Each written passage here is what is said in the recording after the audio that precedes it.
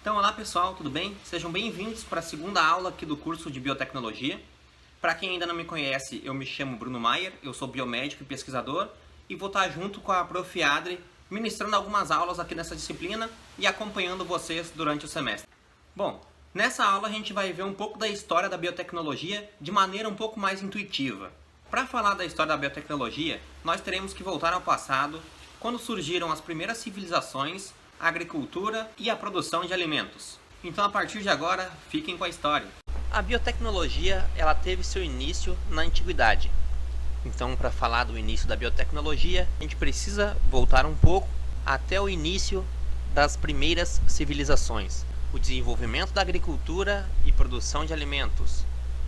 Existem poucos registros sobre o início das civilizações, e tudo que sabemos e conseguimos descobrir até hoje é através de dados de pesquisas arqueológicas. Há milhares de anos atrás, a domesticação de animais e plantas substituiu o hábito de caça e de colheita das civilizações antigas. Sendo assim, passamos de ser um povo nômade para agora conseguir domesticar até animais, como o primeiro cão, que foi domesticado há cerca de 17 mil anos atrás, no leste asiático, seguido pela domesticação da cabra, da ovelha. Com relação à agricultura, o trigo foi a primeira planta domesticada pelos povos antigos. A domesticação de plantas e animais teve um início a partir do momento que o homem primitivo mudou o seu hábito nômade e fixou-se à beira dos grandes rios. Essa mudança de hábito levou o homem a iniciar a agricultura há 10 mil anos. Então, com a observação dos ciclos reprodutivos das plantas e com o domínio de técnicas primitivas de plantio, o homem começou a escolher sementes de plantas com características de interesse para reproduzir as novas gerações e, através de um processo de seleção artificial inconsciente, mudar as características e a arquitetura de diversas espécies vegetais. Os povos primitivos utilizavam a biotecnologia na antiguidade sem nem mesmo saber o significado da palavra biotecnologia, ou nem mesmo saber o que era biotecnologia. Então eles produziam pão, vinho e cerveja, antes do ano 6000 a.C. Especula-se que a cerveja, assim como o vinho, tenha sido descobertas acidentalmente, provavelmente fruto da fermentação não induzida de algum cereal. Mais tarde, por volta do ano 2000 a.C., os egípcios, que já utilizavam o fermento para fabricar cerveja, passaram a empregá-lo também na fabricação de pão. Outras aplicações, como a produção de vinagre, iogurte e queijos, são há muitos anos utilizadas pelo ser humano. O queijo é um dos alimentos mais antigos registrados em toda a história. A arte de sua fabricação remota ao ano 10.000 a.C., época da domesticação de cabras e ovelhas pelos pastores egípcios, um dos primeiros povos que utilizaram o leite e o queijo como fonte importante de alimentação. Uma lenda atribuiu a descoberta do queijo a um nômade árabe que atravessava o deserto carregando um cantil contendo leite como sustento para sua jornada. Depois de várias horas cavalgando, parou para matar a sede, tendo verificado que o leite havia se separado em um líquido aquoso pálido e um amontoado de sólidos brancos. O cantil era feito de estômago seco de um animal, possivelmente camelo, contendo uma enzima coagulase renina, fermento ativo na coagulação do leite presente nas mucosas intestinais. A combinação da renina, o sol quente e os movimentos galopantes do cavalo foram responsáveis pela separação efetiva do leite em soro e coalho, originando o queijo. Então agora a gente vai falar um pouco sobre a fermentação. Antigamente não eram conhecidos os agentes causadores das fermentações. No século XVII, o pesquisador Anton, através da visualização em microscópio, descreveu a existência de seres tão minúsculos que eram impossíveis de ser vistos a olho nu. Mas foi somente 200 anos depois que Louis Pasteur, em 1876, provou que a causa das fermentações era a ação desses seres minúsculos, os micro-organismos, caindo por terra a teoria até então vigente, que a fermentação era um processo puramente químico. E foi ainda Pasteur que provou que cada tipo de fermentação era realizada por um micro-organismo específico e que este podia viver e se reproduzir na ausência de ar, fazendo então uma fermentação anaeróbica. Em 1897, Edward Buchner demonstrou ser possível a conversão de açúcar em álcool, utilizando células de levedura maceradas, ou seja, na ausência de organismos vivos. A partir da Primeira Guerra, a Alemanha, que necessitava de grandes quantidades de glicerol para a fabricação de explosivos, desenvolveu um processo microbiológico de obtenção desse álcool, tendo chegado a produzir 1000 toneladas do produto por mês. Por outro lado, a Inglaterra produziu em grande quantidade a acetona para a fabricação de munições. Contudo, a produção de antibióticos foi o grande marco de referência da fermentação industrial. A partir de 1928, com a descoberta da penicilina por Alexander Fleming, muitos tipos de antibióticos foram desenvolvidos no mundo. O mais curioso é que Alexander Fleming, em 1928, ele estava só pesquisando substâncias capazes de combater bactérias em feridas. Então ele ia sair de férias e acabou esquecendo um material sobre a sua placa. Ao retornar, ele observou que as culturas de Staphylococcus aureus estavam contaminadas por mofo e que nos locais onde havia o fungo que ele tinha acabado esquecido, tinham os halos de inibição, né? Aqueles halos inibitórios que a gente consegue verificar quando hoje em dia a gente coloca um antibiótico em uma placa. Então, genialmente, ele notou que ali poderia ter alguma substância bactericida. Então, na década de 40, durante a Segunda Guerra Mundial, os antibióticos passaram a integrar os processos industriais fermentativos, principalmente nos Estados Unidos. Inicialmente na síntese da penicilina e posteriormente da streptomicina.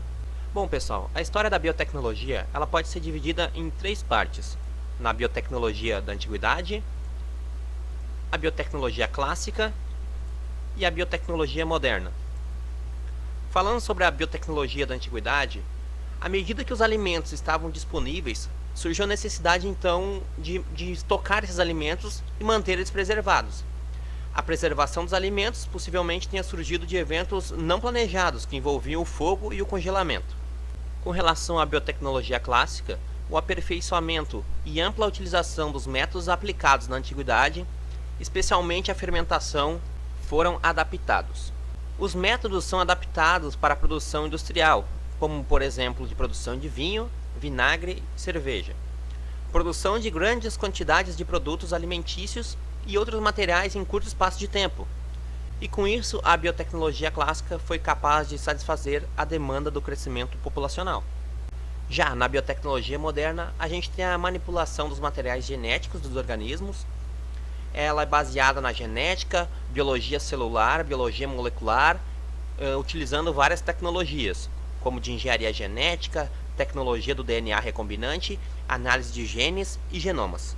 Então agora a gente vai falar sobre as descobertas básicas e os avanços da biotecnologia. Lá em 1860, Gregor Mendel descreveu as leis da hereditariedade. Então ele falou sobre informações hereditárias e disse que essas estariam em unidades, que hoje a gente chama de genes. Em 1868, Friedrich Miescher isola e caracteriza a nucleína, posteriormente descrita como ácido nucleico. Em 1870, os cromossomos e o processo de mitose são descobertos por Walter Fleming. Mas é só no ano de 1953 que a estrutura da hélice dupla do DNA é descrita por James Watson e Francis Crick. Em 1966, o código genético é desvendado. Então, 3 cientistas dividiram um prêmio Nobel em Fisiologia e Medicina por essa descoberta. Foram eles Marshall Nirenberg, Robert Hawley e Har Gobind. Em 1970, houve a purificação da primeira endonuclease de restrição. Em 1973, o primeiro experimento de construção de molécula recombinante de DNA. Agora a gente vai dar uma relembrada lá em biologia molecular e como funciona a construção da molécula com DNA recombinante. Então basicamente a gente tem um plasmídio como vetor onde vai ser realizada essa clonagem. Esse plasmídio é digerido com uma enzima de restrição, que é uma endonuclease, e um DNA também é digerido com essa mesma enzima em um local separado. Posteriormente, os fragmentos desse DNA são colocados em contato com o nosso plasmídio, e a DNA ligase, então, que é uma enzima que vai proceder à ligação das bases nitrogenadas por meio da complementariedade das bases, então assim formando um plasmídio recombinante. Em 1973, Stanley Cohen e Herbert Boyer desenvolvem as técnicas de engenharia genética usando as enzimas de restrição. O mesmo Herbert Boyer foi um dos criadores da empresa Genetic. A Genetic é uma empresa líder na área de biotecnologia, que fabrica, desenvolve e comercializa produtos farmacêuticos para as diversas condições clínicas. Essa empresa tem sua sede em São Francisco, na Califórnia, e ela é pioneira em produtos biotecnológicos. A empresa ocupa a posição de liderança na área de oncologia e mantém seu foco também nas áreas de imunologia, crescimento e reparo de tecidos e neurociência. Genetic tem um dos portfólios mais completos e diversificados da área biotecnológica. Em 1982, a insulina humana foi produzida por técnica de DNA recombinante, sendo o primeiro fármaco aprovado pelo FDA. A sigla FDA significa Food and Drug Administration e é uma agência federal do Departamento de Saúde e Serviços Humanos dos Estados Unidos, que ela faz a regulação então desses medicamentos. Então essa insulina produzida de maneira recombinante, ela substituiu a insulina de origem animal, que antigamente era utilizada em pacientes com diabetes do tipo 1. Então, dando uma relembrada, os pacientes com a diabetes do tipo 1 vão ter uma deficiência de produção de insulina por conta da destruição das células betas pancreáticas, e com isso eles precisam da administração dessa insulina.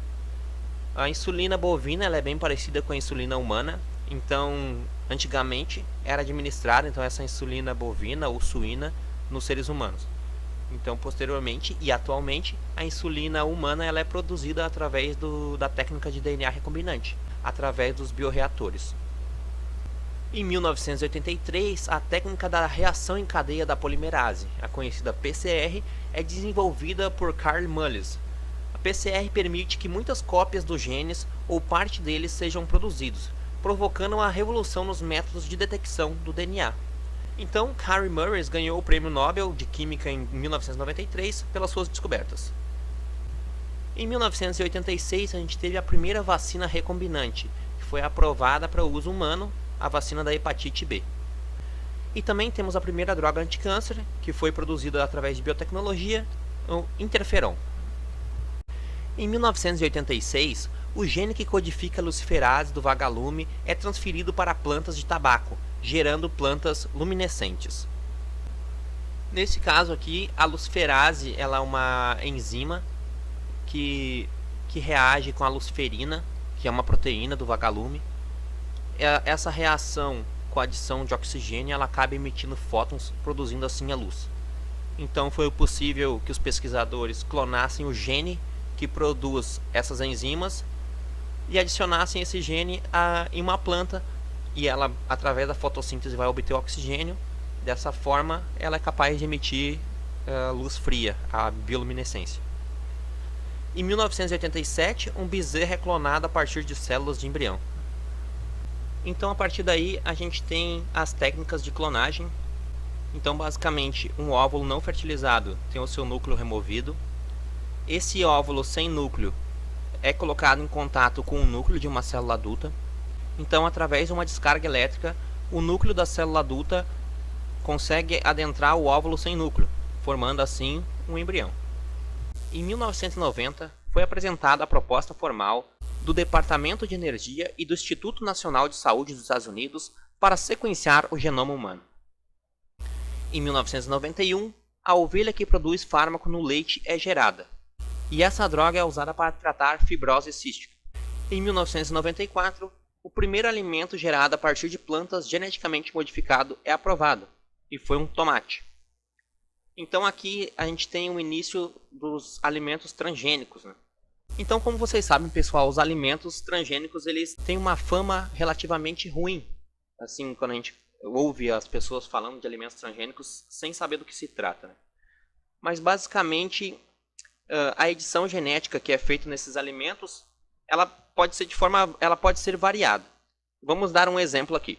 Digamos que a gente tenha um tomate e o nosso tomate tem um gene que codifica uma proteína para a nossa célula vegetal. E a gente tem um fungo hipotético. E esse fungo ele vai utilizar essa proteína para adentrar na célula vegetal, então contaminando o nosso tomate. Então a gente sabe disso, a gente sabe que existe esse fungo e a gente sabe que existe essa proteína. Por que não editar o gene desse tomate, fazendo um nocaute desse gene para que ele não produza essa proteína e dessa forma esse fungo não consiga infectar o nosso tomate? Então, pensando nisso, é que acontecem essas diversas edições genéticas, melhorando esses alimentos, seja tornando eles resistentes a bactérias, fungos ou até mesmo pesticidas. Então, quando a gente fala dos alimentos transgênicos, muitas vezes essas adições podem ser bem simples, como por exemplo a combater uma praga, ou outras adições para torná-lo resistente a algum tipo de pesticida. Já em 1995, o primeiro genoma de uma bactéria foi completamente sequenciado. Em 96, uma cabra injetada com o gene humano produz uma droga anti-câncer. Em 1997, uma ovelha adulta é clonada, e esse caso ficou bem famoso, o caso da ovelha Dolly. Em 1999, o genoma de Drosophila é sequenciado, foi publicado na Science. Já no ano 2000, cerca de 90% do genoma humano é tornado público. Em 2003, o projeto Genoma Humano ele foi concluído e foi publicado, foi tornado público aí todo o genoma humano para que todos tivessem acesso. Então vou falar um pouco sobre o cultivo celular. Cultivar plantas e outros tipos de células, as células vegetais, como também células animais. É possível fazer transferências de novos genes para outros organismos. Então é possível transmitir um gene de uma planta para uma célula animal ou vice-versa. E toda a parte de biologia celular e molecular, que ela pode englobar algumas áreas, como por exemplo a área do DNA recombinante, que com isso a gente consegue formar bancos de dados de DNA, de RNA e de proteínas. Aqui no Brasil a gente não tem um banco de dados de DNA, mas nos Estados Unidos eles têm. Então é possível fazer identificação de suspeitos, né, e assim condená-los caso for comprovado que eles estivessem presentes lá naquela cena de crime. Também uma outra área dentro da biologia celular e molecular, a gente pode falar sobre a engenharia genética. Com isso é possível fazer síntese de novas proteínas, novos tipos de plantas e animais, novos tipos de alimentos, novos antibióticos, fazer clonagem, produção em grande quantidade de proteínas humanas, como por exemplo é o caso da insulina, que a gente já tratou aqui. E também dentro da biologia celular e molecular a gente pode trabalhar na parte de terapia celular e terapia gênica. Nesse caso da terapia gênica, uma célula pode ser uma célula humana, é extraído de um paciente, então é feita uma edição genética na célula e depois essa célula editada aí, com adição de algum gene, com adição de produção de alguma proteína, é devolvida para o paciente a fim então de tratar ou curar alguma doença. Então pessoal, a nossa aula vai chegando ao final. Eu acredito que a gente conseguiu passar aí por todas as partes da história da biotecnologia. E eu espero que vocês tenham gostado desse formato de aula. Nós também vamos deixar disponível o material em formato de slides. Vai ser disponibilizado esse vídeo e os slides. Então, caso seja mais fácil para vocês aprender através dos slides, eles também estarão disponíveis junto do vídeo.